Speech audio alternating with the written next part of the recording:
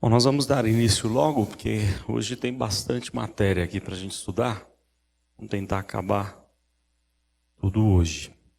Muito bem, então nós vamos abrir, antes de abrir no livro do Apocalipse, hoje a gente vai abrir no livro de Daniel, depois no livro de Ezequiel, tá? Então a gente vai dar uma passada bem rápida. Eu queria que nós não vamos ler o texto, nem de Daniel e nem de Ezequiel, mas conforme eu falar o versículo, se você quiser conferir, é interessante, é bom, né, que você veja aquilo que está no texto bíblico. Então, primeiro em Daniel, depois em Ezequiel, ok? Para nós entendermos vários capítulos do livro do Apocalipse, a gente tem que ir para a literatura apocalíptica que se encontra no Antigo Testamento.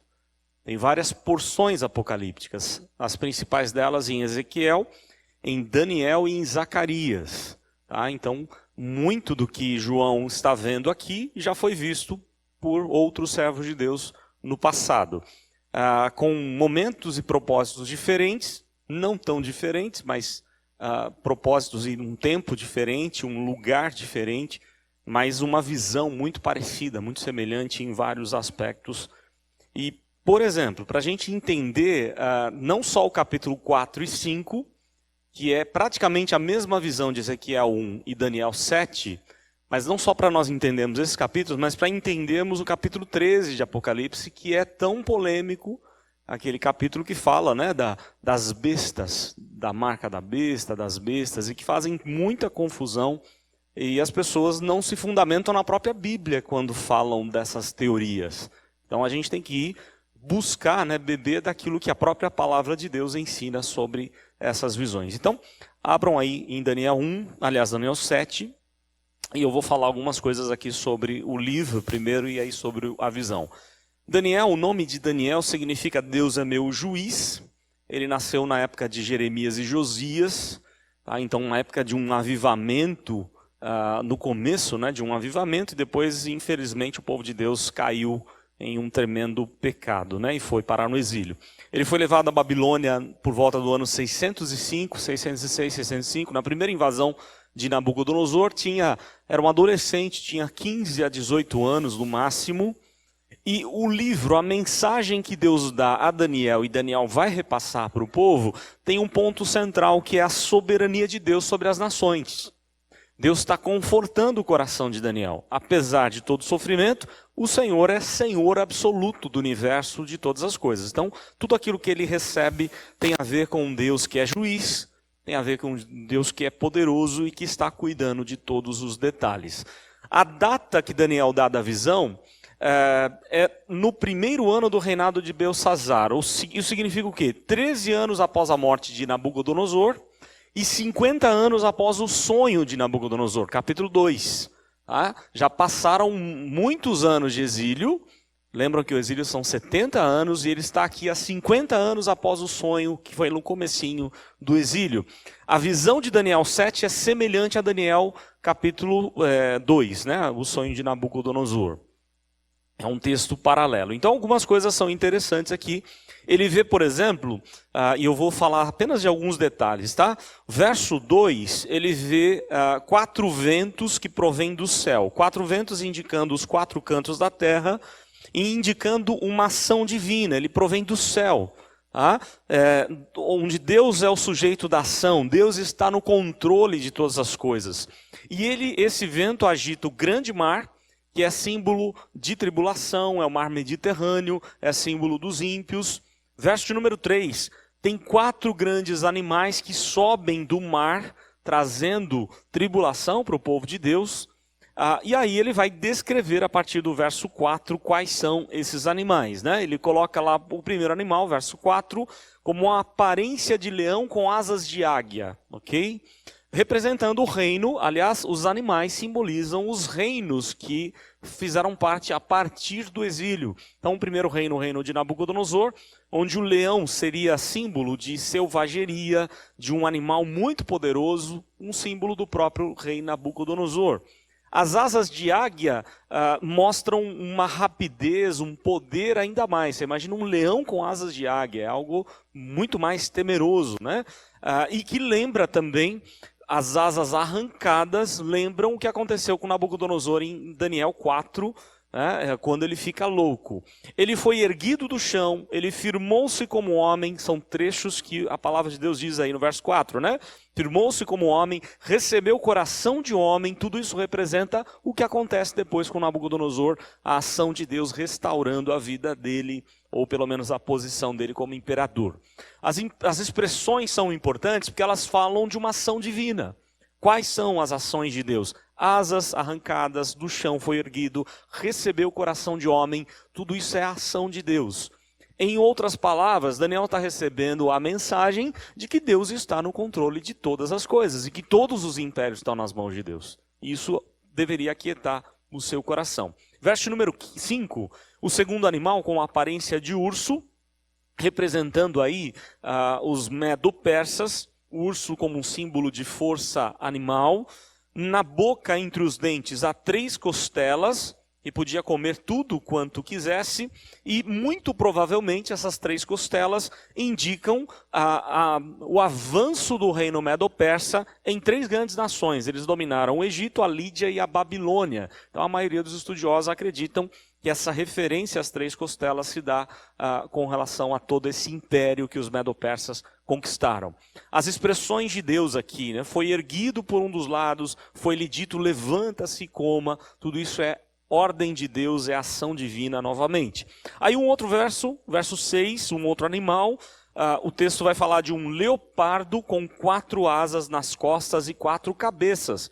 E aqui ainda com muita clareza, uma referência ao Império Grego, com Alexandre o Grande, onde você tem o leopardo como um símbolo de rapidez. Por exemplo, Alexandre o Grande tomou todo o seu império em 13 anos apenas. Foi o mais rápido dos imperadores a conquistar todo mundo conhecido da época.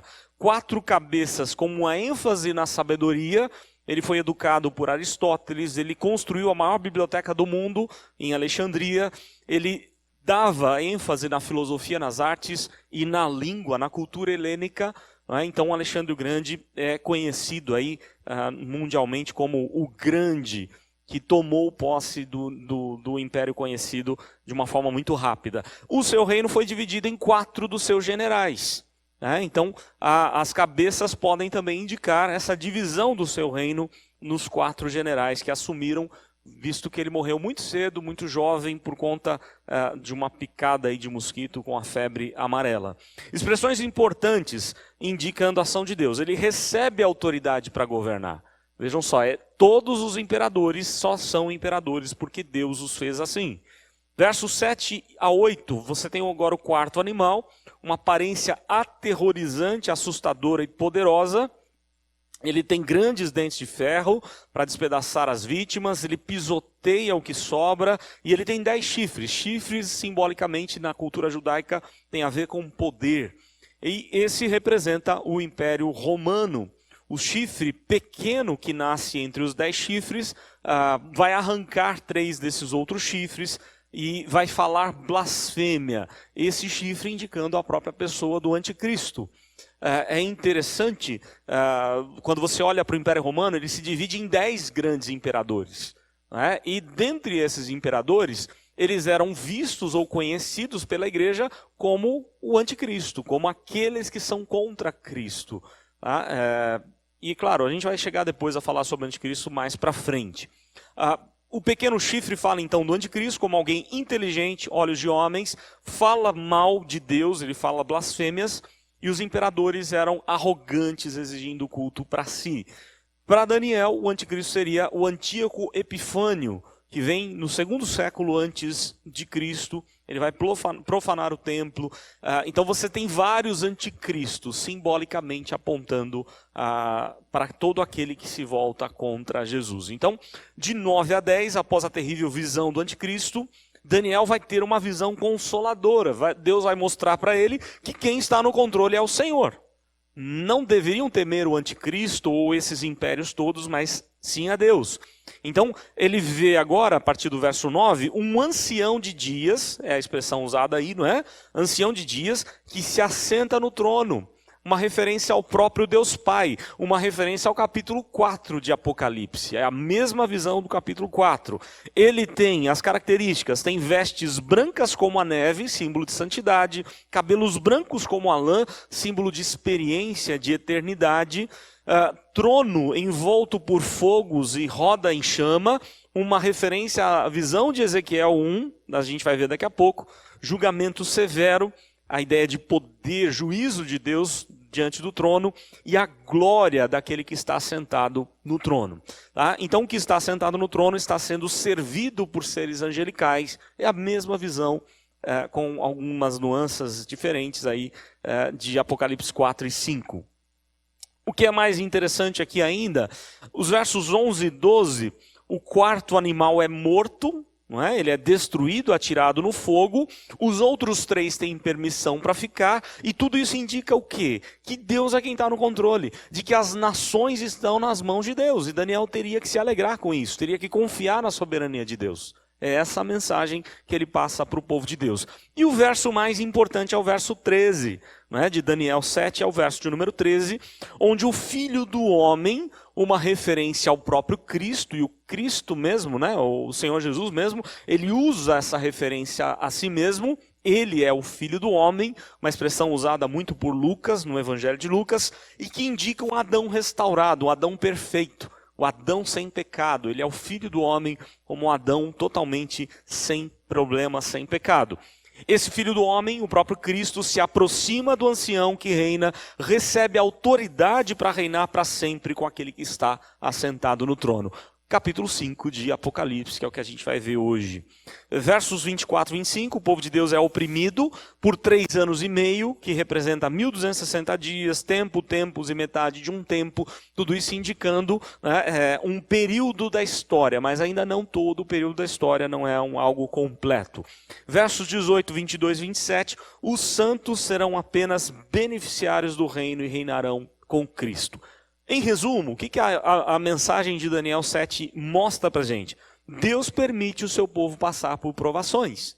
Deus levanta muitas vezes ímpios para provar o seu povo. É o que ele está fazendo, é o que ele diz que faria na época de Abacuque, lembram disso? A crise de Abacuque, como assim levantar uma nação tão cruel para nos castigar, muito pior do que nós, né? É o problema de Jonas, como é que a gente vai pregar o evangelho para esse povo tão pior do que a gente? E então eles estão em crise e Daniel recebe esse ensino. Mesmo com as tribulações, mesmo com as nações todas, eles deveriam confiar no Senhor. Deus permite essa provação. Mas Deus reina, controla e destrói o mal no tempo dele. Na hora certa ele vai destruir todo o mal. E o Filho do Homem, ou no Filho do Homem, nós temos a plena restauração. É o ponto principal da mensagem, é o Filho do Homem que se assenta no trono. Quando a gente vai para Ezequiel, capítulo 1, então vamos lá, vamos passar para Ezequiel agora, capítulo 1, é a visão paralela de Daniel 7 e de Apocalipse 4 e 5, são a mesma mensagem, né, a ideia. Ezequiel significa, o nome Ezequiel, enquanto Daniel era Deus é meu juiz, Deus está julgando todas as coisas, ou um dia vai julgar a minha causa, né? Ezequiel significa Deus me fortalece, ou Deus fortalece. E aí a gente tem algumas ideias interessantes aqui sobre isso, né? Essa era a mensagem que Ezequiel deveria proclamar. A mensagem de Ezequiel é: o nosso Deus fortalece a gente, né? Ele recebe o seu chamado de profeta trabalhando como escravos à margem do rio Quebar, com 30 anos. E por que 30 anos? Porque na comunidade judaica, ele é filho de sacerdote, o sacerdote começava a trabalhar aos 30 anos e terminava com 50 anos, aposentava com 50. Né? Então ele se preparava por 30 anos para assumir o ministério, semelhante a quem? Ao próprio Cristo.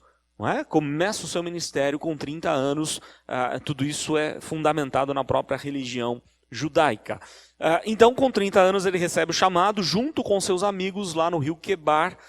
E a pregação de Ezequiel consiste em mostrar ao povo de Deus a necessidade do cativeiro. O cativeiro é preciso, nós quebramos o pacto, quebramos a aliança e vamos sofrer as consequências disso.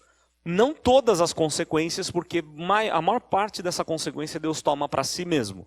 No entanto, Deus é justo, ele tem que punir o pecador. E então, os primeiros capítulos, os 32 primeiros capítulos do livro vão falar do julgamento do povo de Deus. E depois disso, os 16 capítulos finais falam de esperança, de restauração e do futuro glorioso de Deus com o seu povo.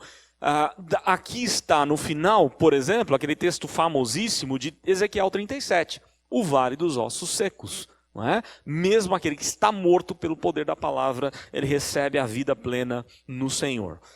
Então essa é a mensagem do livro de Ezequiel. O capítulo 1 é a visão, tanto a visão de Daniel quanto a visão de Apocalipse que nós vimos. Então vou passar bem rapidinho aqui. Primeiro verso. Os céus foram abertos e ele tem visões de Deus. Isso pode indicar diversas visões. Ele está se referindo talvez um resumo das várias visões que ele vai ter durante o livro. Ou pode indicar também a magnitude dessa visão. Ele vê o trono de Deus. Porque na literatura semítica, na língua hebraica, a ideia de plural indica majestade. Por isso o nome de Deus ser plural. O Elohim, o Deus Criador, é um plural de majestade. Então é bem provável que a ênfase de Ezequiel é ele já dizer, olha, o que eu vi é algo de muita importância, de muita beleza, magnitude. É bem provável que o plural esteja ali por isso. Verso 3. A mão do Senhor estava sobre ele, uma expressão que faz muita diferença nesse momento do exílio, onde ele vai consolar o povo de Deus e dizer, a mão do Senhor está conosco. E que Esdras e Neemias vai tomar para si diversas vezes a usar nos seus livros. Nós estamos restaurando a vida do povo de Deus porque a mão do Senhor é conosco, senão eles não teriam forças nem sabedoria para fazer isso. Verso de número 4. Um vento do norte, uma grande nuvem e o fogo ao redor da nuvem, um resplendor. Olha só que figuras aqui interessantes. Vento que vem do norte, indicando muito provavelmente o socorro de Deus. Para eles saírem da Babilônia e voltarem para a Terra Prometida, eles não podiam fazer o caminho simplesmente lateral. Não é? Não adianta ir apenas para o oeste, eles tinham que subir para o norte e aí sim caminhar, fazer como uma espécie de arco. Então a ideia é, esse vento que vem do norte é a figura do próprio Deus. Deus vai libertar eles assim como fez no Egito. Não foi por instrumentalidade de Moisés, mas o mesmo Deus que tirou o seu povo do Egito vai também tirar do momento do cativeiro.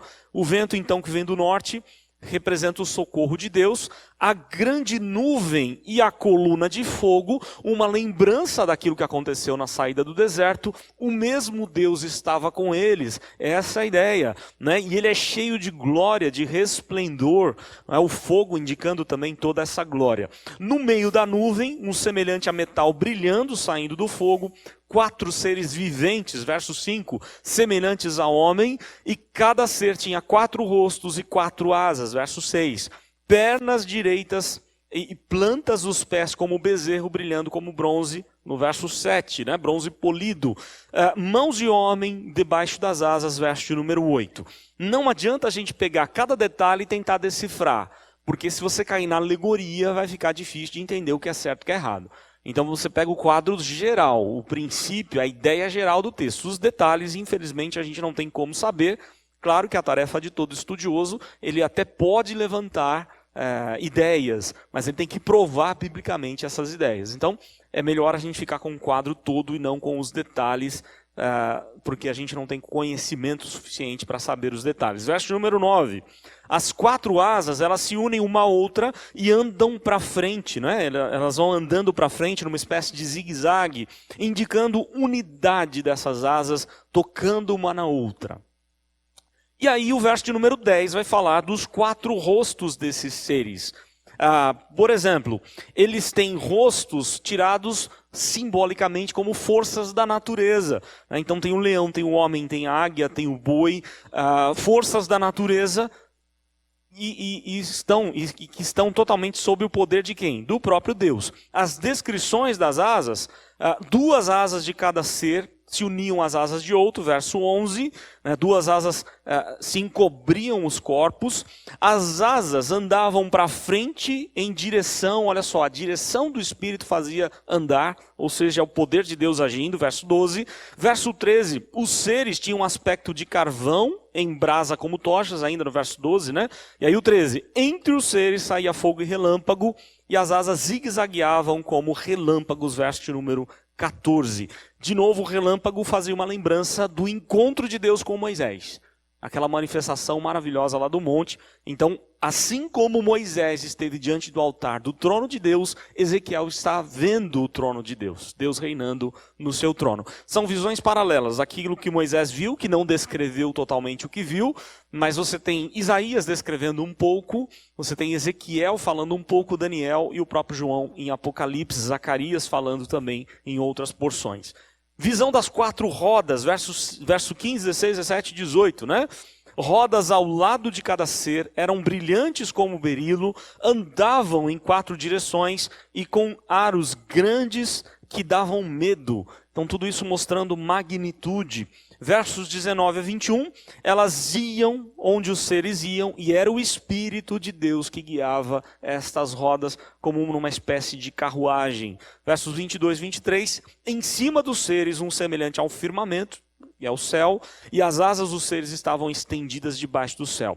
24, o barulho das asas era como muitas águas, voz do onipotente, estrondo tumultuoso, tropel de um exército, quando paravam, abaixavam as asas. Tudo indicando a própria voz de Deus. Né? Deus fala, quando Deus fala, é o Todo-Poderoso quem fala, cale-se diante dele toda a terra, aquilo que o próprio Abacuque nos diz.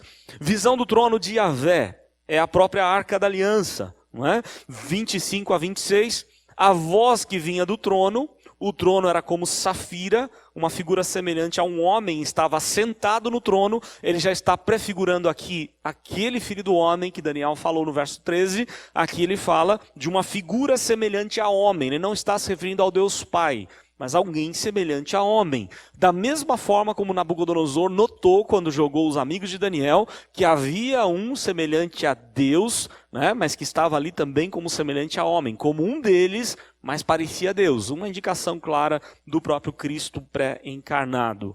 A aparência da glória do Senhor, a figura no verso 27, né, era metal brilhando da cintura para cima, resplendor da cintura para baixo, resplendor da figura como arco-íris. Em resumo, só para os irmãos terem uma ideia, a ênfase de Ezequiel é mostrar um Deus glorioso assentado no trono, mas ao mesmo tempo misericordioso, um arco-íris, há uma misericórdia da parte de Deus, uma aliança dele com o seu povo, que ele não vai quebrar, é inquebrável. Assim como ele disse a Noé, o símbolo do arco-íris, ele não quebra a sua aliança, ele ama o seu povo e vai sempre ter um povo para si. Algumas lições que a gente aprende, aliás, algumas semelhanças que há entre Ezequiel 1, Ezequiel 10 e Apocalipse 4. Seres viventes, 4 seres viventes, aparências, homem, leão, boi e águia, estão ligados ao trono, o fogo, trovões, relâmpagos, mar de vidro, cheios de olhos, arco-íris cercando o trono. Tudo isso a gente viu no capítulo 4 e agora a gente vai entrar no capítulo 5 de Apocalipse. Então vamos agora para o nosso texto, o texto de Apocalipse, nós vamos ler, né? Apocalipse capítulo 5. Só para a gente ter uma noção um pouco melhor daquilo que João está vendo. Então, Apocalipse 5 nos diz assim: vi na mão direita daquele que estava sentado no trono um livro, escrito por dentro e por fora, de todo selado com 7 selos. Vi também um anjo forte que proclamava em grande voz: quem é digno de abrir o livro e lhe desatar os selos? Ora, nem no céu, nem sobre a terra, nem debaixo da terra, ninguém podia abrir o livro, nem mesmo olhar para ele. E eu chorava muito, porque ninguém foi achado digno de abrir o livro, nem mesmo de olhar para ele. Todavia, um dos anciãos me disse: não chores, eis que o leão da tribo de Judá, a raiz de Davi, venceu para abrir o livro e os seus 7 selos. Então vi no meio do trono e dos 4 seres viventes, e entre os anciãos, de pé, um cordeiro como tendo sido morto. Ele tinha 7 chifres, bem como 7 olhos, que são 7 Espíritos de Deus, enviados por toda a terra. Veio, pois, e tomou o livro da mão direita daquele que estava sentado no trono. E quando tomou o livro, os 4 seres viventes e os 24 anciãos prostraram-se diante do cordeiro, tendo cada um deles uma harpa e taças de ouro cheias de incenso, que são as orações dos santos. E entoavam um novo cântico, dizendo: digno és de tomar o livro e de abrir-lhe os selos, porque foste morto e com teu sangue compraste para Deus os que procedem de toda tribo, língua, povo e nação. E para o nosso Deus os constituíste reino e sacerdotes, e reinarão sobre toda a terra. Vi e ouvi uma voz de muitos anjos ao redor do trono, dos seres viventes e dos anciãos, cujo número era de milhões e milhares de milhares, proclamando em grande voz: digno é o cordeiro que foi morto de receber o poder, e riqueza, e sabedoria, e força, e honra, e glória, e louvor. Então ouvi que toda criatura que há no céu, e sobre a terra, e debaixo da terra, e sobre o mar, e tudo o que neles há, estava dizendo: aquele que está sentado no trono, e ao cordeiro seja o louvor, e a honra, e a glória, e o domínio pelos séculos dos séculos. E os 4 seres viventes respondiam: amém. Também os anciãos prostraram-se e adoraram. A imagem é belíssima e é um complemento do que Ezequiel viu, do que Daniel viu. Em outras palavras, o que Deus estava mostrando para Ezequiel e Daniel é que eles retornariam do exílio, porque Deus seria fiel para com seu povo, e Deus estava reinando, mas mais importante, Deus estaria mostrando o Messias. O Messias entre nós, o Messias glorioso e coroado em glória, o louvor pela promessa de Deus, do Deus que estaria conosco para sempre. E aí nós vamos então para o nosso texto com alguns detalhes que eu separei aqui para os irmãos. Verso 1: e vi na mão direita o que estava assentado no trono um livro escrito por dentro e por trás, selado até embaixo com 7 selos. Vejam que ele não tem coragem de falar do nome de Deus. Ele fala de alguém assentado no trono. Ele não ousa falar de Deus, ele não ousa usar o nome de Deus, porque na cultura judaica isso era complicado para eles, né? Eles tinham muito temor nessa questão. Então eles falam: alguém está assentado no trono, e se está assentado, ele é rei, ele é Deus, né? Ele é aquele que domina o trono do universo. E ele tem o quê? Ele tem um livro, e esse livro está escrito por dentro e por trás, selado até embaixo com 7 selos. Olha só que interessante. O livro escrito está num verbo aqui que a gente chama de perfeito. Ele foi escrito num tempo, e nós sabemos por outros textos da palavra, na eternidade Deus escreveu todas as coisas, e tudo aquilo que ele escreveu há de acontecer, e ninguém vai impedir. É algo que foi escrito no passado e que tem resultados para todo sempre, ou para toda a eternidade. Aquilo que Deus escreveu, nós vamos viver não somente agora, mas a eternidade toda. Esse livro foi escrito por dentro e por trás, ele é completo, não falta nada nesse livro. Talvez alguém possa falar: refere-se à Bíblia? Não, não refere-se à Bíblia. Mas tem princípios parecidos, ideias parecidas com relação à Bíblia. A Bíblia é a revelação completa enquanto caminhamos nessa terra. No céu nós não precisamos de Bíblia, porque nós temos o próprio Deus nos revelando, ou se revelando a todos nós. Então, o texto está se referindo ao livro dos decretos de Deus, da vida que Deus planejou para todos nós. Ele é selado, então, ele está completo, e ele é selado até embaixo com 7 selos. O selo dando validade, ele é inviolável, ninguém pode mexer, ele é verdadeiro, totalmente inviolável. E, por exemplo, na cultura daquela época, principalmente entre os romanos, um livro selado com selos era digno de veracidade diante de um juiz, de um tribunal.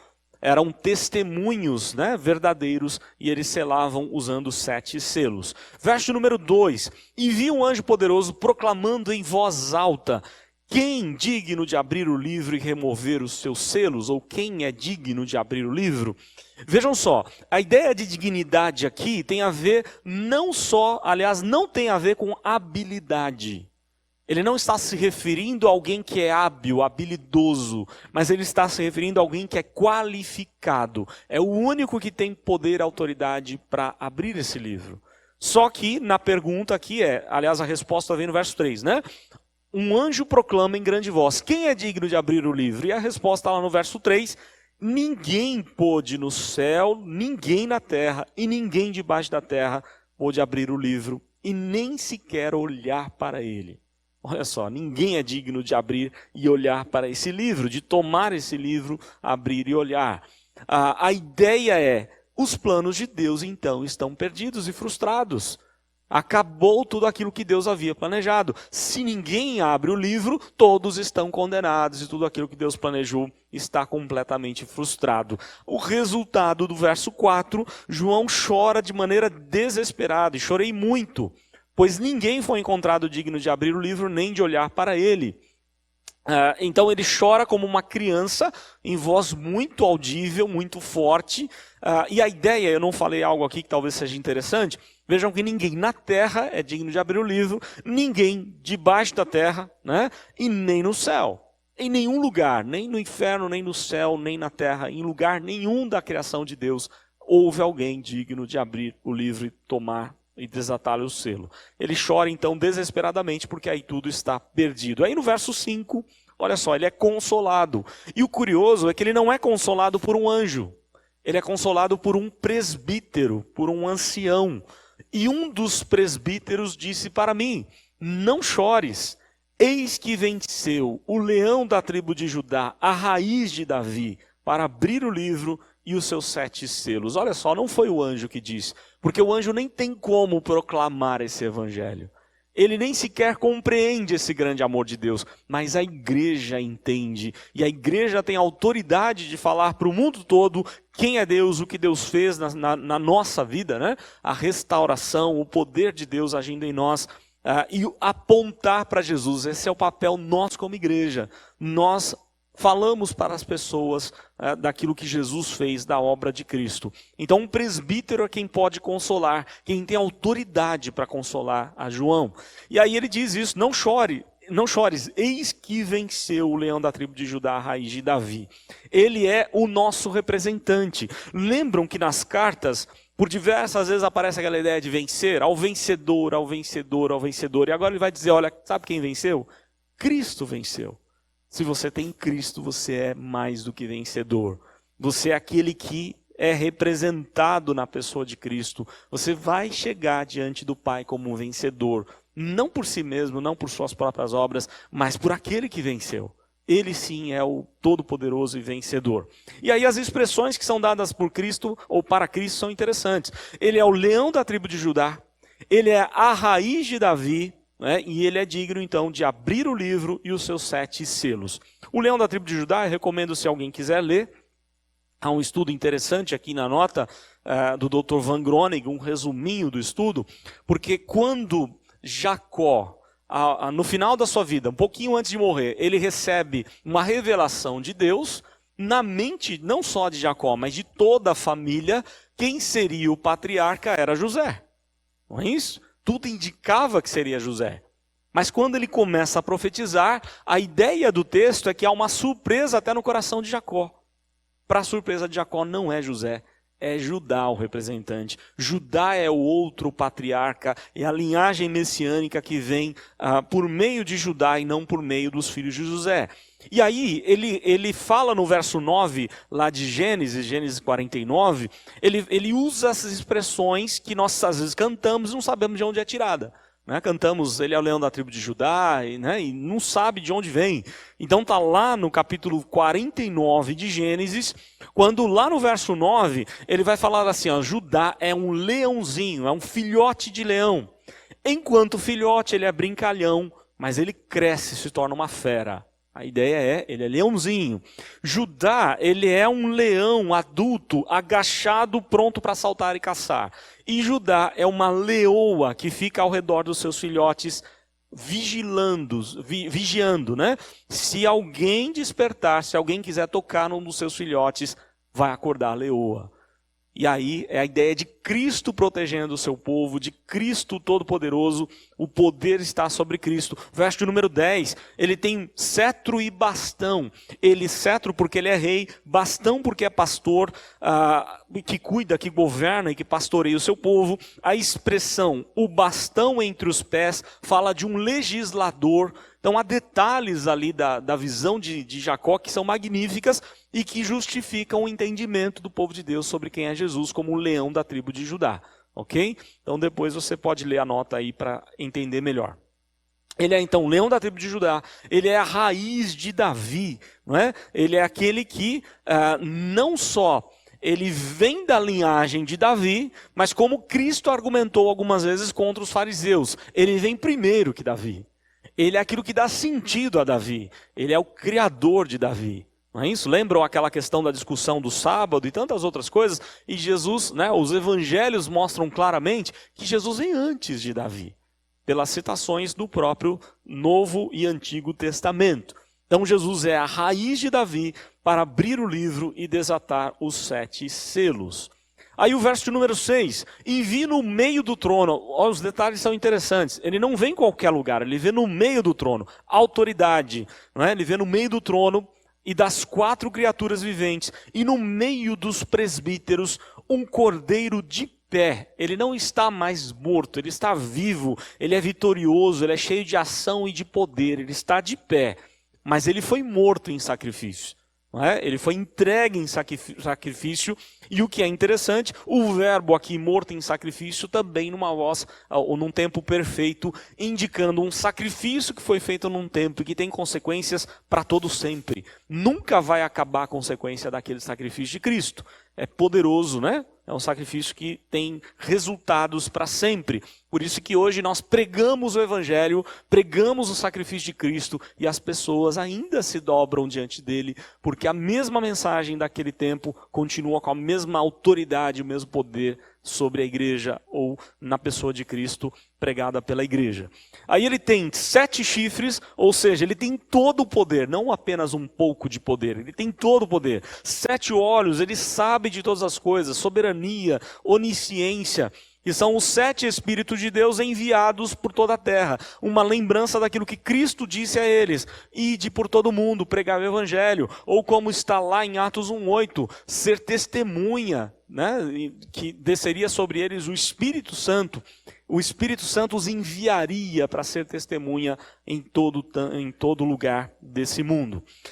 Verso número 7. E veio e tomou da mão direita daquele que estava assentado no trono. Né? Aqui é a própria coroação de Cristo. Ele é coroado, ele recebe todo o governo da história nas suas mãos. Ele toma o livro, ele tem poder, autoridade, habilidade, dignidade para assumir o controle de todas as coisas e cumprir os decretos do Pai desde a eternidade.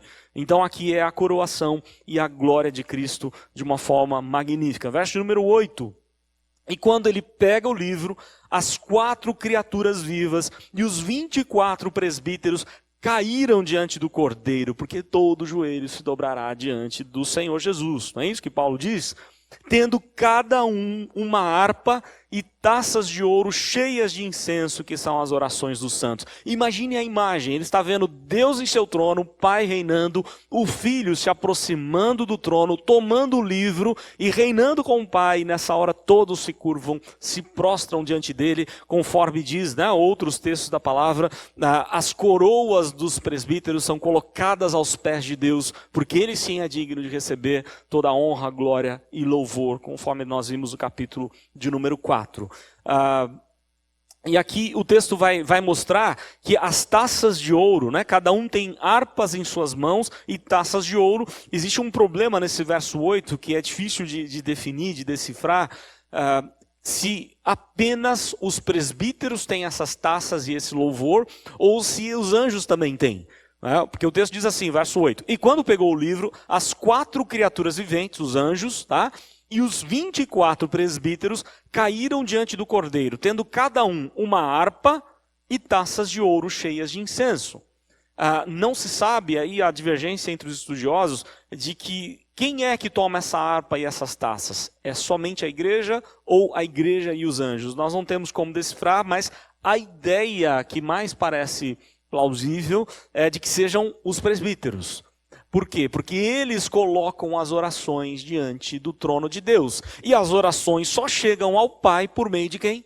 Do Cordeiro. O Cordeiro está lá para receber essas orações. E para levar ao Pai as orações dos santos, ele é o único mediador, é o único intercessor, conforme nos diz a Bíblia. Verso número 9. E cantavam um cântico novo, dizendo: digno és de receber o livro, abrir os seus selos, pois foste morto e compraste para Deus com o seu sangue toda tribo e língua e povo e nação.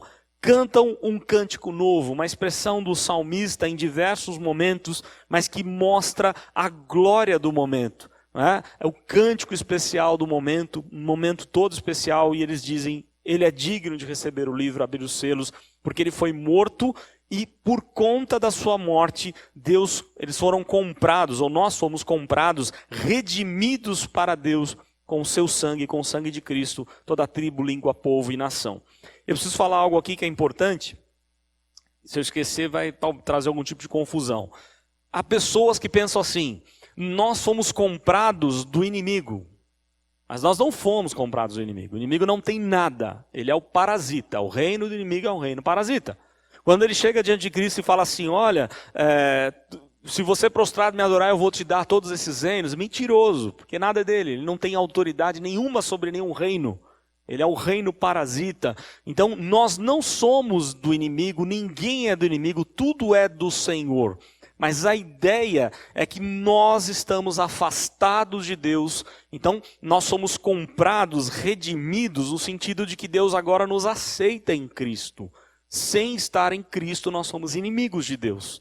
Nós estamos contrários a Deus. Por isso que Deus somente aceita quando nós estamos na pessoa do seu Filho. Quem não tem o Filho não tem o Pai. A Bíblia deixa isso muito claro. Mas cuidado para achar que você foi comprado do inimigo, porque isso não tem ideia nenhuma na Bíblia. Aliás, eu já falei algumas vezes, o império das trevas não está no império diferente como Star Wars costuma pregar por aí, né? E outros filmes. Existe a ideia do bem e do mal como forças totalmente diferentes e totalmente absolutas e libertas uma de outra. Não existe isso. Todo o império das trevas está submisso à autoridade de Deus. Está cumprindo os decretos de Deus. Está sob a ordem do Senhor. Ok? E essa é a visão que eles estão recebendo. Por isso havia alegria no coração deles ao receber essa mensagem. Então, todos nós fomos comprados, né? Todo o povo de Deus comprado para Deus, com o sangue do Cordeiro, toda tribo, língua, povo e nação. A igreja não é somente local, mas é para todos os povos. Verso 10. E os fizeste para o nosso Deus reino e sacerdotes, e reinarão sobre toda a terra. Êxodo 19, 1 Pedro 2, a mesma ideia. Em Cristo nós temos a total restauração. Nós somos povo de propriedade exclusiva de Deus. Uma lembrança de novo, já é a segunda vez que aparece a ideia de reino e sacerdotes aqui no Apocalipse. Uma lembrança ao casamento de Deus lá no deserto, Êxodo 19. Da mesma forma que Deus tirou da terra do Egito e os fez propriedade exclusiva dele, eles deveriam ter essa certeza de que Deus estava cuidando deles. Deus tem um amor especial pelo seu povo. E nós vamos então reinar, né? Os fizeste para o nosso Deus reino e sacerdotes, e reinarão sobre toda a terra. Nós vamos reinar com Cristo, é o que a Bíblia nos diz. Verso 11.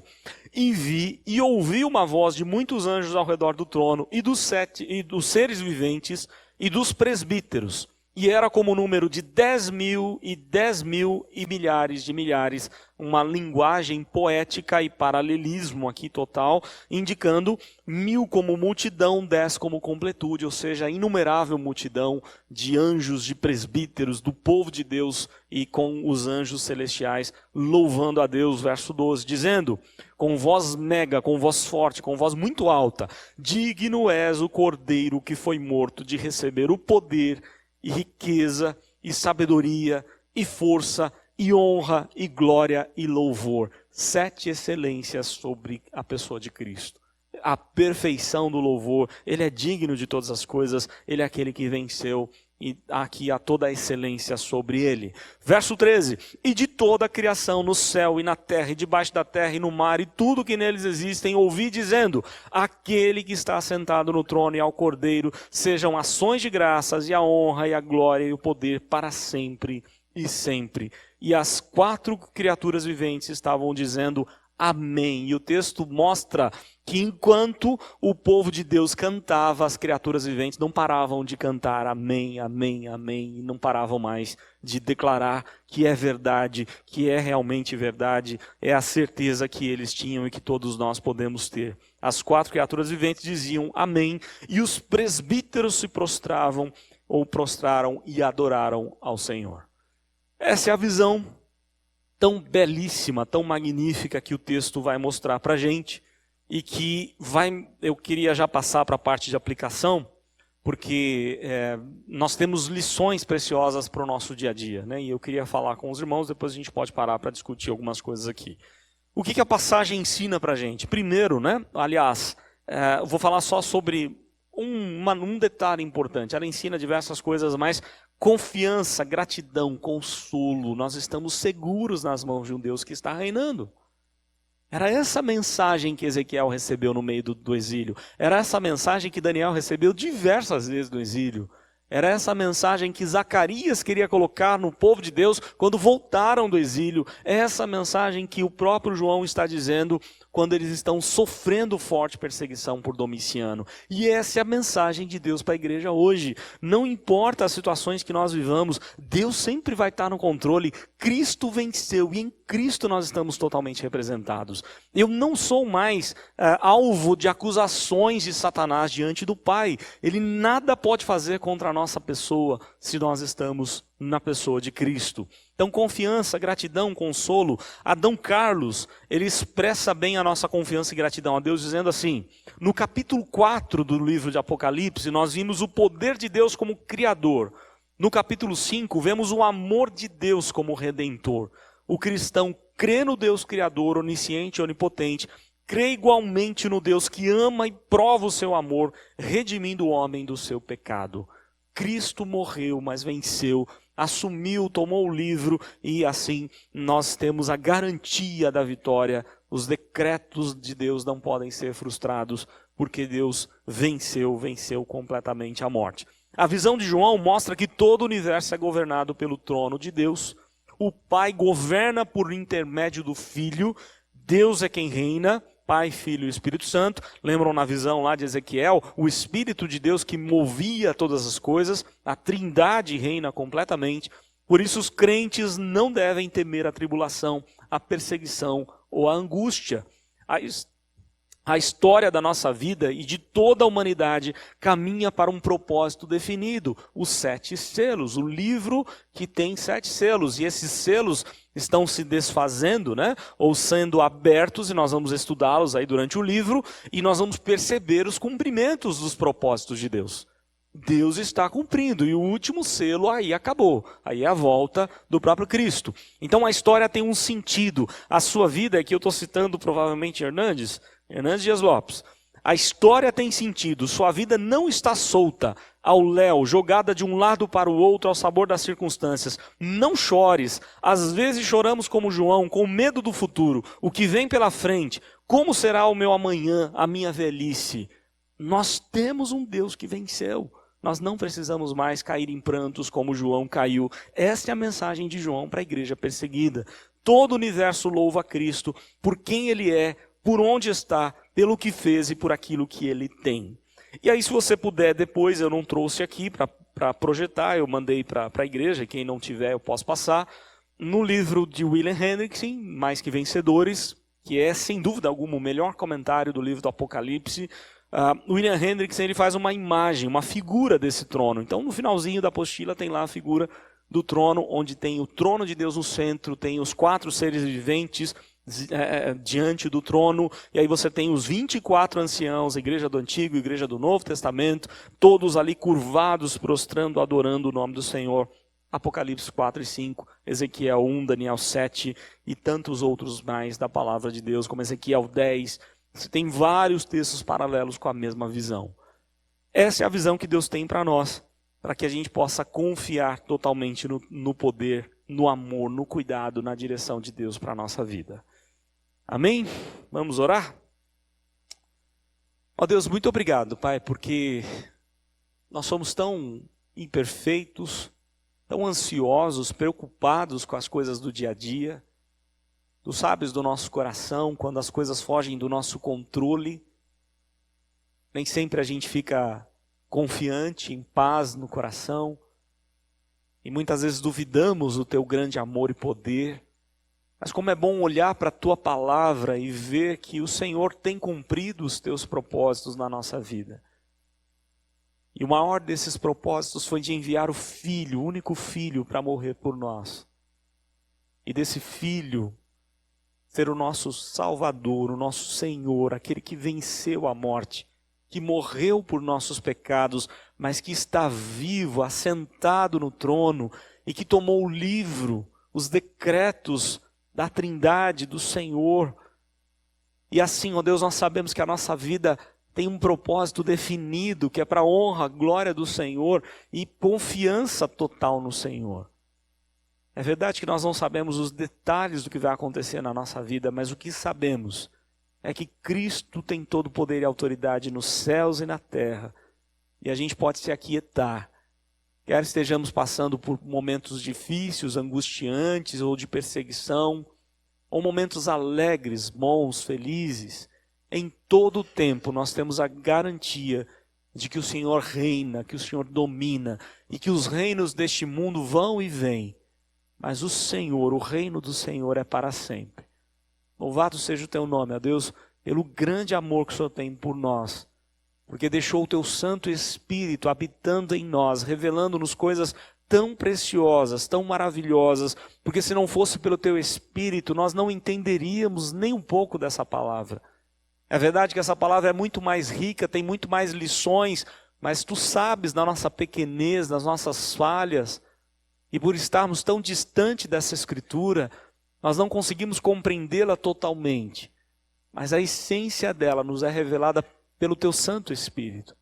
Por isso louvado seja o teu nome, que aplicou a obra do teu Filho em nós, e por isso toda a honra, toda a glória e louvor seja ao Senhor, a Jesus, o Filho do Senhor, e ao teu Santo Espírito que habita em nós. Louvado seja o teu nome, oramos agradecidos em nome do Senhor Jesus. Amém.